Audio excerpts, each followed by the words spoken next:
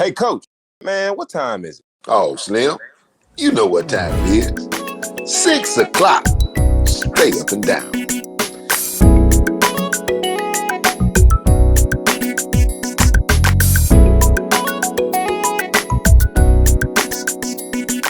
It's HomeSpun Sports with Coach John Montgomery.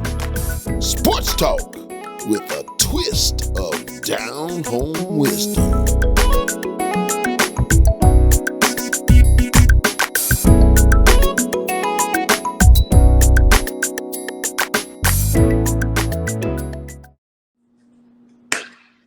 Welcome. We're so glad you're here. Once more again, you tuned into HomeSpun Sports. It's Sports Talk with just a twist down home wisdom. I'm your host, Coach John Montgomery, right here in good old H-Town, Houston, Texas. We're up there in Dale City, Oklahoma. My ride or die. The last P in the shell, my show enough partner, my baby boy. What's up, Slim? Oh, you ain't gonna do the $100,000 this time, huh, Coach? Not this time, but you know, you know. Yeah. Okay. What's up, bro? Doing great, Coach. How you doing? Yeah, man, I am outstanding and so excited about show number 38 and our very, very special guest.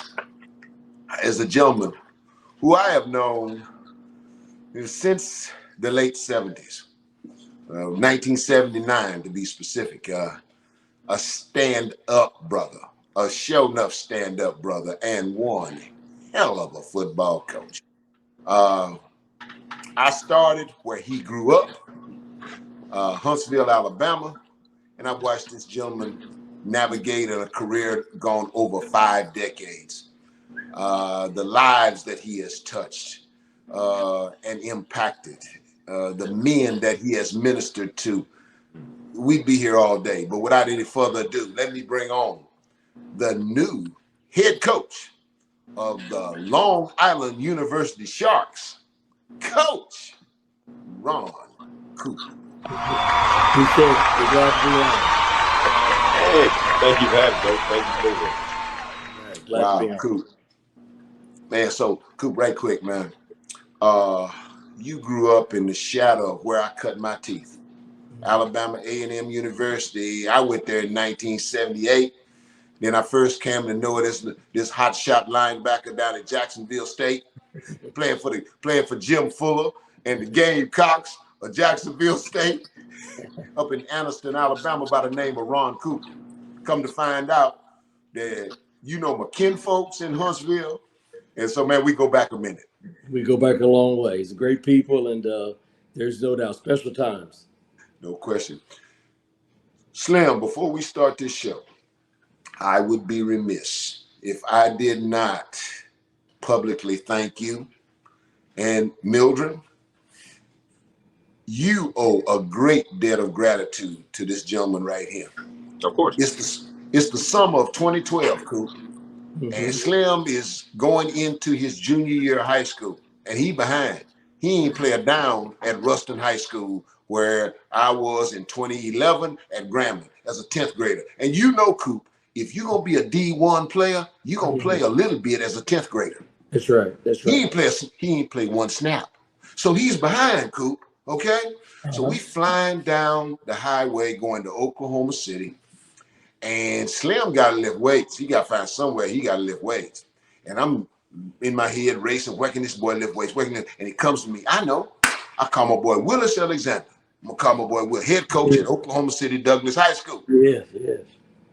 Willis played for me in Langston. So I called Willis driving down the highway. Willis, I'll be in Oklahoma City. I ain't going to get there till about 1 a.m, but let my boy lift weights in your gym tomorrow. Okay, coach. Meet me up there by 10 o'clock in the morning. We met him.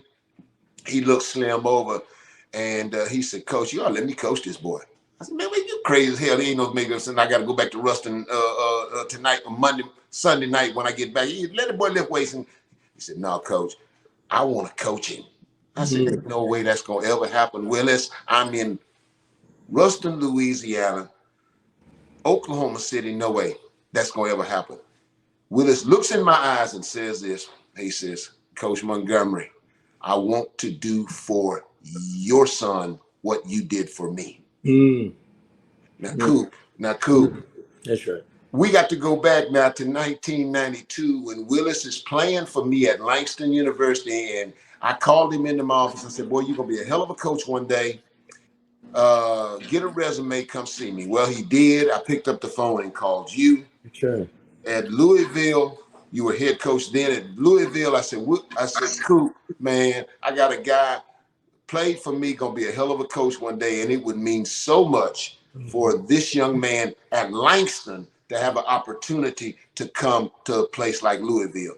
The only thing you said, Coop, was send me his resume, John. That's right. That's right. And if you go to Willis Alexander's office right now, there's a master's degree from the University of Louisville. And Slim, I want you to publicly thank this brother right now before we go another further. Ron Cooper, thank you so much. You're welcome. I tell you what, Willis is a great young man, and there's no doubt, first class, loved the game, great football coach, knew it then. I appreciate you calling to recommend him. You know, it was automatic when you called. I said, well, he's got a job. I need a graduate assistant. He came and did a great job. Wow. It's a people business, Coop. At the end of the day, it's a people business, no question about it. Coach, we like we previously said, you cut your teeth at Alabama A&M in Huntsville, Alabama, birthplace of your very own Mildred Montgomery. It's very dear and near to my heart. You graduated from Jacksonville State in 1982? 83. 83. And then you go on to pursue your life calling, you know. Yeah. Graduate assistant at Appalachian State in 83 or 84? 83, 84. That fall when I graduated, I went on to App State. Yes, I did. Take us through your journey over 5 decades of college football experience, of coaching experience. Tell us your story. Well, I've been blessed, to be around great people and be very fortunate to coach at a number of universities. And right after I graduated, I remember I went to Jim Fuller. I was a senior, Coach Fuller at Jacksonville State. I told him I wanted to coach college ball. He had me write a couple of guys that had coached, and one of my position coaches had left and was at Appalachian State. Wrote him. Young Mac Brown hired me as a grad assistant at Appalachian State. I went there, started my master's, met a man named John Palermo that got me on and knew Lou Holtz when I worked for Lou Holtz. That's when Lou Holtz hired me at the University of Minnesota as a GA. Finished up my grad assistant, transferred my hours back, and got my master's from App State. And after that, I started a career that moved fairly fast, Austin Peay. I was a young coordinator at Murray State after that. Went East Carolina, then got my first Division I coordinating job at UNLV, and Lou Holtz hired me back as his assistant head coach at Notre Dame, which started the run of 10-year period of being a head coach, and which led to Eastern Michigan, Louisville, and Alabama A&M, and from there got a chance to go back with Barry Alvarez at Wisconsin. Right after that, became the defensive coordinator at Mississippi State, which started an SEC run from Mississippi State to South Carolina with Spurrier, to LSU with Les Miles, to lead me to pro football for a minute, and later on back to Texas A&M, then Arkansas, then Alabama, and now very fortunate, the guy who I gave a GA job to at Austin Peay, Bill Martin. Bill is the athletic director at Long Island. That's the connection. Okay. He's the vice president, athletic director here. We talked over probably a 2-year period trying to make this happen, 1.5 years. Okay. And I came up, looked at it, didn't feel it was right, and then something just hit me. At my age now, it's like you get a chance to do it again. The good Lord bless me with a chance to do it again. I thought it's time to do it, and so they'd gone Division I, FCS. They put some things in contract that made it better. And it's actually a great situation. Just looking forward to turning it around, doing it quickly. Ron, More power to you, Coach. Long Island University. Andrea and I, we Okies. Mm-hmm. Okay, so this was about November, sometime between Christmas and Thanksgiving. We got a wild hair. I said, baby, you ever been to New York City? She said, no, I ain't never been. I had been a couple of times, but never really down in New York. Mm-hmm. I'm talking about riding the subway, Times Square, Central Park, the whole nine. We flew up there and spent 2 days. Now, Ron, that's New York City, dude. You're from Huntsville, Alabama. Bro. I will say this, where people get it wrong. Long Island, there's a Long Island University Brooklyn, Long Island University Brookville, which is post campus. I'm more out in what would be the suburbs on Long Island, not in the city where Brooklyn is. We're still about 22 miles from the city, from the campus. But it's been fun. I've been over to Manhattan, seen a couple of times, went over to Brooklyn. The student athletes love it. You know, I'm still over Huntsville, Alabama area a whole lot. But it's been fun. It's been real fun. So, Coop, I'm thinking, though, the possibilities of Long Island's University, the Sharks, I mean, on enrollment alone, I mean, you got access to students. It's 1AA now, but Coop, in the hands of the right man, and I know you the right man, that's going to be a power in D1 football down the road. I tell you what, we have got, you know, when you look at it, and we're opening up on a Thursday night before Labor Day weekend against Toledo on ESPN. Okay. So it's a great situation.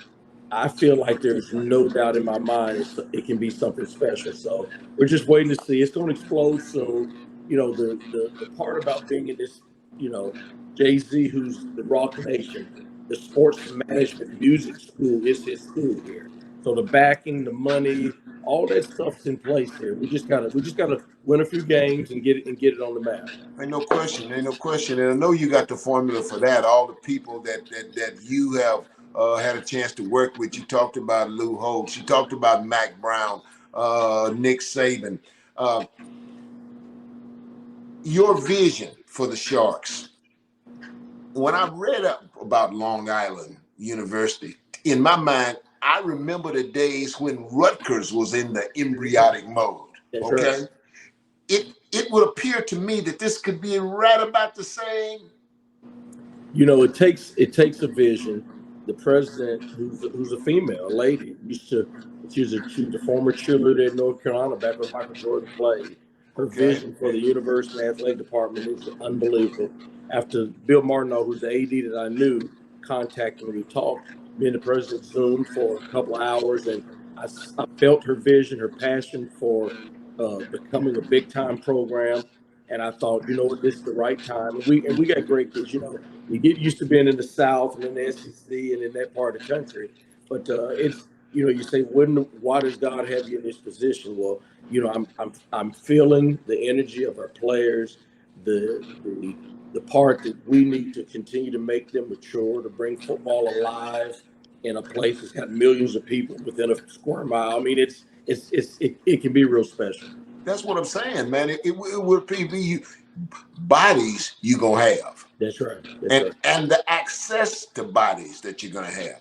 Right. You mentioned this, and I had no idea that Jay-Z is connected to the School of Music. Cool. Yes, it's Rock Nation is the name of our sports management and music management school on both campuses.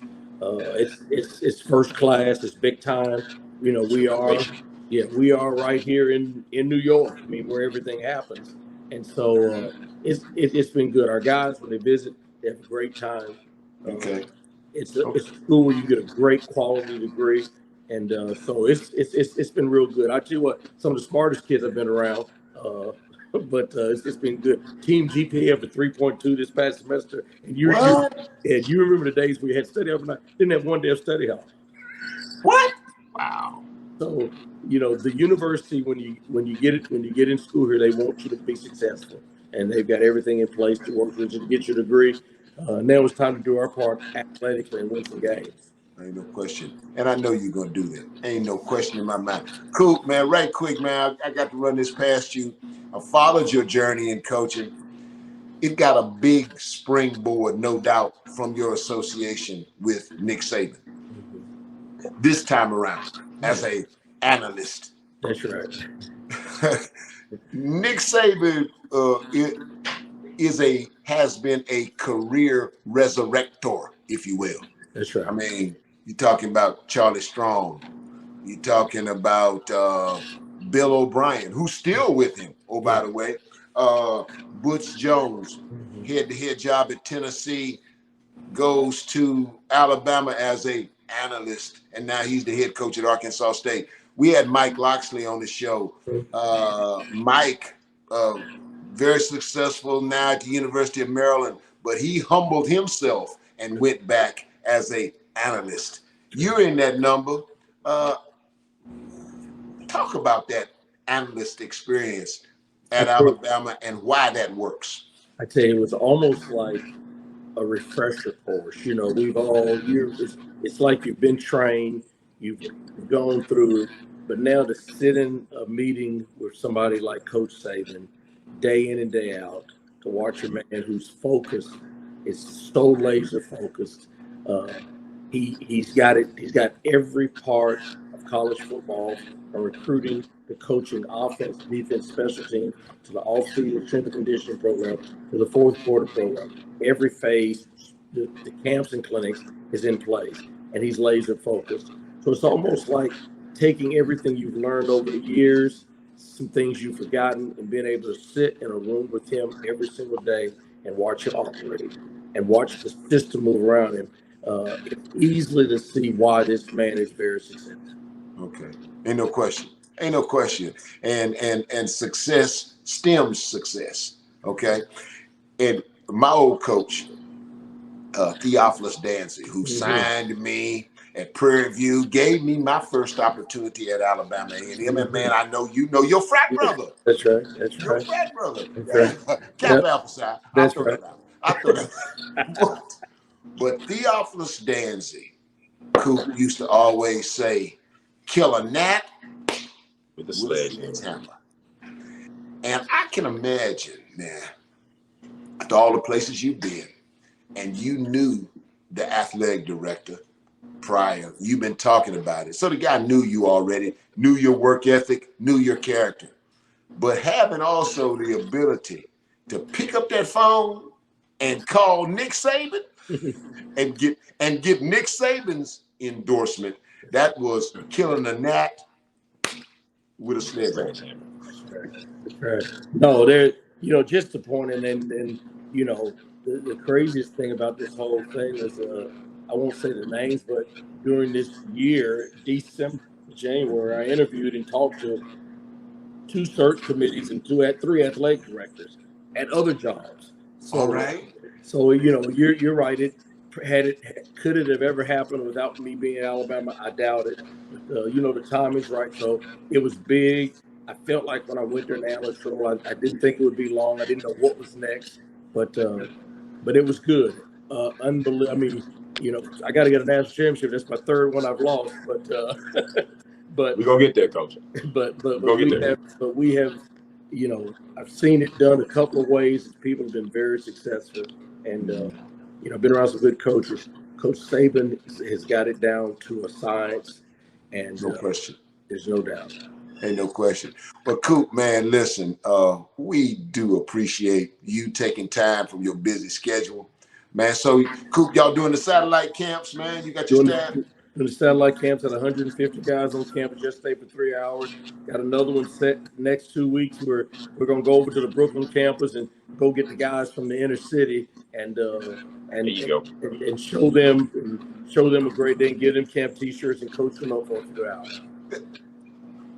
Coop, Ron, do they play good high school football in Harlem? I'm going to tell you something. The athletes are unbelievable. Here's the difference. They only play 8 games a year. So I told our team this today. Our team just returned. I said, you take a kid from Alabama or Florida who's had spring practice, who's had a game that's played 10 regular season games or 11, counting the playoffs, 12, 13, 14, spring practice. By the time he plays through his whole high school career, he's played or practiced 4 times the amount of times a kid up here because of weather. There's only 8 games. There is no state championship. There is no spring practice. They don't know what spring practice is. So in high school, so you get a kid that's very raw. But man, there's some athletes here that we just got to sign the right ones and develop them, and we'll be fine. And we're still taking the footprint. I mean, we're still going to Alabama and Georgia and Florida and those southern states, to get some athletes also. Okay. Well, now, Coop, before we let you get out of here, man, I'm gonna give you my game plan, okay? Okay. Because I'm planning. Here's my intention. I'm gonna get your schedule for a home game. Mm-hmm. All right. I'm gonna fly in early enough on Friday to get on the subway, ride out to Harlem, because I got to go by the Apollo Theater again. Yeah. Then I'm going down on that corner. You pass the Apollo Theater, you go down that corner, you make the right. It's a soul food buffet down there called Mana's. Cool. Then I'm gonna eat real good. I'm going back to the hotel and I'm gonna come watch the Long Island Sharks on Saturday and cheer for my boy Ron Cooper. Appreciate it. Love to have you. Just let me know when you come. I'm gonna do it. Game. He want to eat. I want to go to the game. I'm gonna do both, Slim. I'm gonna do both. I'm gonna make both. With him. I'm gonna do Thanks both. for being on the show, Coach. Appreciate it again. Thank you. Appreciate it. Good luck to you guys. Appreciate you, man. Love you, bro. Pulling and praying for you, man. Real talk. Thanks, man. Take care. Wow. That's a hell of a guy. Coach, 3.2 and no after school programs, no study halls. That's phenomenal. Man, I'm gonna tell you something, dude. Ron Cooper can flat coach him up. I mean, you got to listen to that, man. What is it? The guys, Lou Holtz, Mac Brown, Nick Saban. There's names, Coach. Man, listen, man. He's on his 4th head coaching job. I mean, man, this dude's done it in the HBCU realm. He was head coach at Alabama A&M. He's had 2 D1 jobs. I mean, this guy's a buckle and a first-class man, Slim. We owe him. The Montgomery family owes Ron Cooper a great debt of gratitude for what he did for Willis and for what Willis did for you. No question about it. Absolutely. And now, ladies and gentlemen, it's time again for my boy to pick it. Come on with them picking, Slim. Yes, sir. What in the wide, wide world of sports is going on here?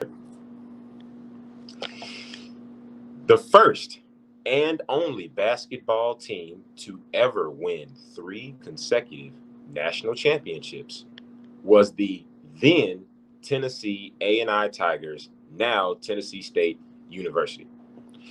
The Tigers won the NAIA Championship national title in 1957, 1958, and 1959. The legendary coach, John McClendon, heroic accomplishment is well documented in the movie The Dream Whisperer. Fittingly, 2022 makes the 65th annual of the first and only college basketball team on any level to win 3 straight titles. 11 years in the making. And the efforts to put together to create this masterpiece documentary was led by Tennessee State's own basketball icon and NBA great, Dick Burnett. Now, at the annual, it was brought and first appeared at the annual African American Pan Film Festival. It's been 28 years since any HBCU athlete, any HBCU athletics was ever featured on the cover of SI magazine, that's Sports Illustrated, until now. Congratulations to Jackson State University. In 8 seasons, before Dion Sanders became the head coach at Jackson State, the Tigers of Jackson State have had 4 head football coaches and 4 athletic directors. But it's a whole new day on Lynch Street, y'all. So stay tuned, sports fans. And that's Slim's Pickens. Hell of a job, young man. Hell of a job. Slim, that I'm excited to see that film, The Dream Whisperer. Mm-hmm. Dr. Dick Barnett worked hard to tell that story, and it is now available for viewing, and I'm excited to see it. Chronologizes what happened with the college basketball Hall of Fame coach John McClendon. Ain't nobody 3 straight Coach. national champions. Slim, that ain't happened before or since. Highly unlikely that it'll ever happen again. But you know, Mildred, the most amazing thing about that accomplishment to me What? is what Tennessee State did in the 50s. Slim, we're talking 1957, 58, 59. That's Tennessee in the heart of the Jim Crow South. You hear me? I can only imagine, Coach. I mean, think about that. But certainly, I commend, and Dick Barnett's Slim, 85 years old. He was at the premiere. They showed it at the Pan-African American Film Festival. Yep. That's an annual film festival. It's now in its 30th year. Mm-hmm. And Dick Barnett was there for the premiere of it. And I'm gonna see that. That's on my bucket list. I'm gonna see that. Now, Coach, chopping up my pickings again. What I'm trying to see something. I'm really aren't you just a little bit concerned about Dion Sanders, what he's been able to achieve, or I ain't concerned. I was surprised. Well, you know what, Slim? To be perfectly transparent, yes, initially I was a little apprehensive as to Dion Sanders taking the Jackson State job. If I'll be perfectly honest, yes, I was a little apprehensive. I didn't see nothing on that man's resume that would make me think that he could survive in an HBCU arena. But let me tell you one thing, Slim. Dion Sanders has survived, thrived, and is shocking the world in college football. Not just HBCU, college football, because of one thing. First and foremost, he has been accepted among the people at Jackson State, the fan base, the alumni, the university community. And you know why, Mildred? At the end of the day, Dion Sanders is a soul brother. You hear me? Yep. I'm talking about, black him, but black him. See what I'm saying? In his heart. Okay? Understand that. I have seen time and time again. I can name you coach after coach that has taken a job in an HBCU arena. I'm talking about black men that didn't know nothing about the HBCU experience. It wasn't because they weren't good coaches why they failed. Okay? They were clearly good coaches. Clearly good coaches. Okay? They failed because they had no knowledge of the HBCU experience. Mildred, you can be in the house and not of the house. You said it all the time, Coach. You said it all the time. If you're going to be a head football coach at an HBCU, you got to learn how to make gumbo. You got to know. You brought up a good point. Now, you saw Dion Sanders on the cover of Sports Illustrated, okay? Now, there was some high-profile athletes. They got his son, okay? Shadir Sanders. Yep. He got that boy Travis Hunter. Now, and I still contend, Slim, that if you're going to be Eddie Robinson said it, we have done so much with so little for so long, we now feel like we can accomplish anything. Well, Eddie Robinson said that in the 60s. Now understand something. And he was on the cover of SI, Coach. Absolutely. He certainly was. He certainly was. But here's the thing. I still contend if you're at a HBCU, you got to know how to make gumbo. But Dion took it to another level. Dion got some lobster in that gumbo now. Okay. Oh yeah. He got some high profile guys. But the number one thing is, Mildred, Dion Sanders has been accepted in that the love community. Talking about that on Lynch Street. On Lynch Street. Because they see him as one of their own. Right quick, before we move on, we have another, my friend, my former boss, a man who has been on our show, Doug Williams. Yes, sir. Doug Williams could go back to Grambling right now. Slim, right now. Doug and Williams win. could go back to Grambling and win. You know why?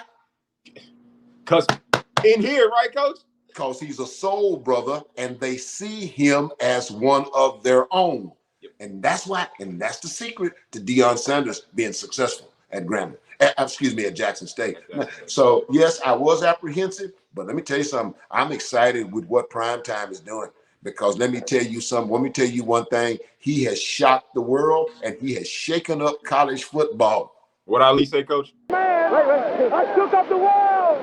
I shook up the world. I shook up the world. I shook up the world.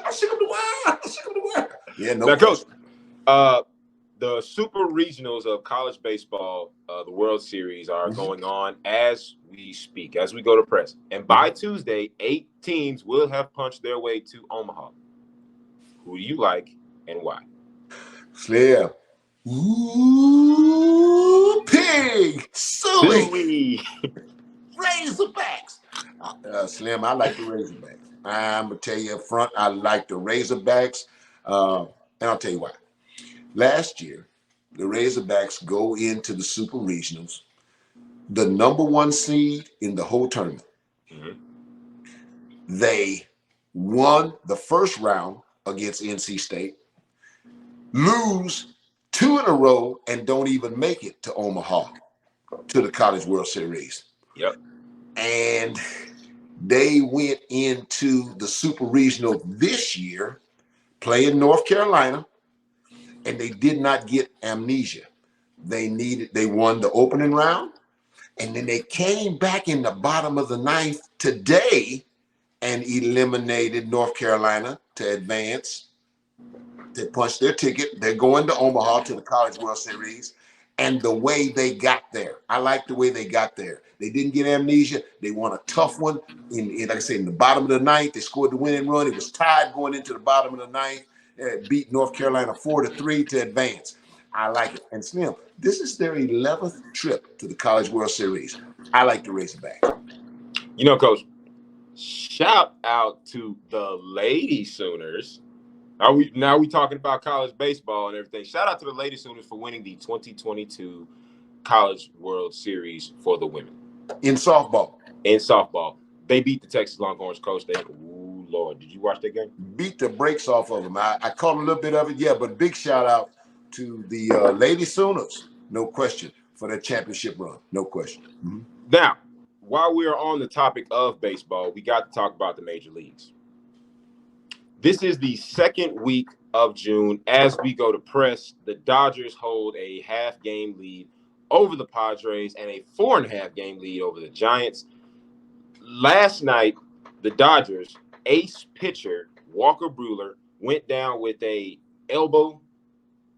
He went down with a elbow dysfunction, discomfort, and he's expected to be out 6 to 8 weeks. With the trade deadline coming up on August the 2nd, the Dodgers got to make some. They got to make some shake, Coach. What do you think they're gonna do? Yeah, you might be right about that, Slim. They've got to do something. Number one, the competition is right on their collar. The Padres breathing down their neck, and the Giants are breathing down their neck. In fact, Slim, the Giants swept the Dodgers today. And Coach, ain't been done since 2016. Absolutely.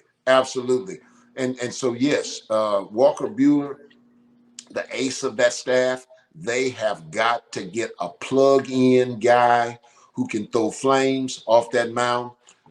3 guys come to my mind that I think that they should shop for. I like that boy Tyler Maul, and I like that boy Luis Castillo, both of them from the Reds, especially Castillo. Slim, he's 29 years old. He throws a wicked 4-seamer, and he's got a change up from hell. I mean, this guy would be a plug-in guy. There's another gentleman out there, that kid Noah Syndergaard. Okay. Syndergaard, coach. From at the Angels. Yeah. When healthy, now that's a big thing with him. When healthy, he's not been healthy for the last couple of seasons, but when healthy, he's a dominating pitcher. He's a big time right-hander, and the Dodgers have got to get a guy quick before the trade deadline. No question about it. So you take a chance on an injury-prone player, coach? Oh well, yeah, no, but I mean, if he's healthy, you got to get the guy healthy, but healthy, Noah Syndergaard can throw flames. Okay. No question about it. All right. But they got to do something. Now in the NFL, on Wednesday night, the Washington Commanders defensive coordinator Jack Del Rio said that the riots of 2020 where livelihoods and businesses are being destroyed and the insurrection at the nation's capital was a, quote, dust up. What's your take, Coach? Well, the riots of 2020 were about the Breonna Taylor and the murder of George Floyd. Yeah. And the murders of Breonna Taylor. Yeah. And basically the violence of black people by police brutality. That's what that was about. Mm-hmm. Now understand this. Jack Del Rio, his comments were, first of all, inappropriate and insensitive. Without doubt. Question. But understand this.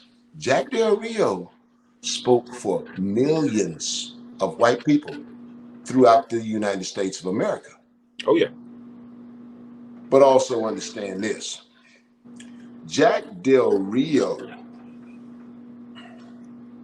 will never be able to see the world through the United States, Coach. He'll never see the United States through my eyes.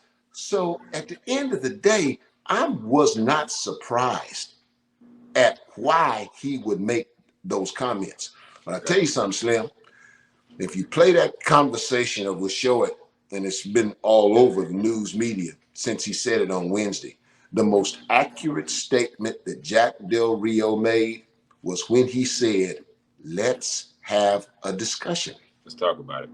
Bingo. Yep. Now I can keep the porch light on for you, Jack Del Rio. Okay? Because when we have a discussion, now we can do as Dr. King said, when Dr. Martin Luther King talked about sitting down at the table of brotherhood, when we have a discussion. If we have a discussion, Jack Del Rio, then we can talk about looting and rioting, okay? Understand something, Jack Del Rio. When the Pilgrims landed on Plymouth Rock, they found Native Americans living on this continent in a highly disciplined, highly organized form of civilization. Our forefathers weren't the Pilgrims. We didn't land on Plymouth Rock. The rock was landed on us. Okay? And the Pilgrims proceeded to loot and riot. Okay? Texas, the Alamo, belonged to Mexicans. Yep. The Mexicans. Texas was Mexico. Yep. / looting and rioting. Oklahoma, where you are now and where the race I'm from, riots, Tulsa. Listen, Oklahoma was Indian territory. It is now Oklahoma because of looting and rioting. Slim, there's a clip in the movie Dances with Wolves, one of my favorite movies. Kevin Costner, Academy Award winning performance. In that movie, the Dakotas was the last frontier, and Kevin Costner wanted to see it while it still existed. There's a scene in that movie where Kevin Costner and his friend Kicking Bird are out on the plains and they're talking. And Kevin Costner looks at his friend Kicking Bird and says, "You keep asking me about our people coming." And he said, "Yes, my friend, they are." And Kicking Bird looks at him and says, "How many?" And he says, "Like the stars." Yeah. Okay, so understand something, Jack Del Rio. We're going to have this discussion. We need to have a discussion. America was founded on looting and rioting. Now, Ed Reed got all upset. They fined him $100,000, and Ed Reed said that wasn't enough. They fined him $100,000. That wasn't enough, and they need to fire him. Keyshawn Johnson said, "I've known Jack Del Rio since I was a ball boy for the football team when he played at USC. I've known Jack Del." No, you didn't. You did not know Jack Del Rio. There ain't no way for you to know Jack Del Rio, Keyshawn, because Jack Del Rio will never see the world through your eyes. There ain't no way for you to know. You might know who he is. You might know who he is, and Slim, excuse my ebonics, he might know who you is.